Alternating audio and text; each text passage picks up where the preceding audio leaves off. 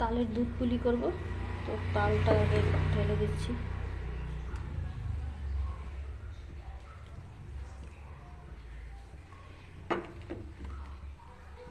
এবারে চালের গুঁড়ো দিয়ে দেবো।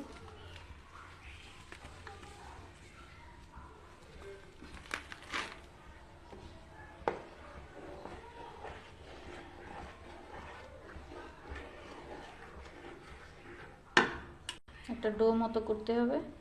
আটার ডো মতন হয়ে গেছে। এবারে এর মধ্যে সন্দেশে পুর দিয়ে পুলি পিঠে তৈরি করব। পুলিগুলো তৈরি করে নিয়েছি আমি পুর ভরে। এবার দুধটা জ্বালিয়ে নিয়েছি, এর মধ্যে দিয়ে দেবো।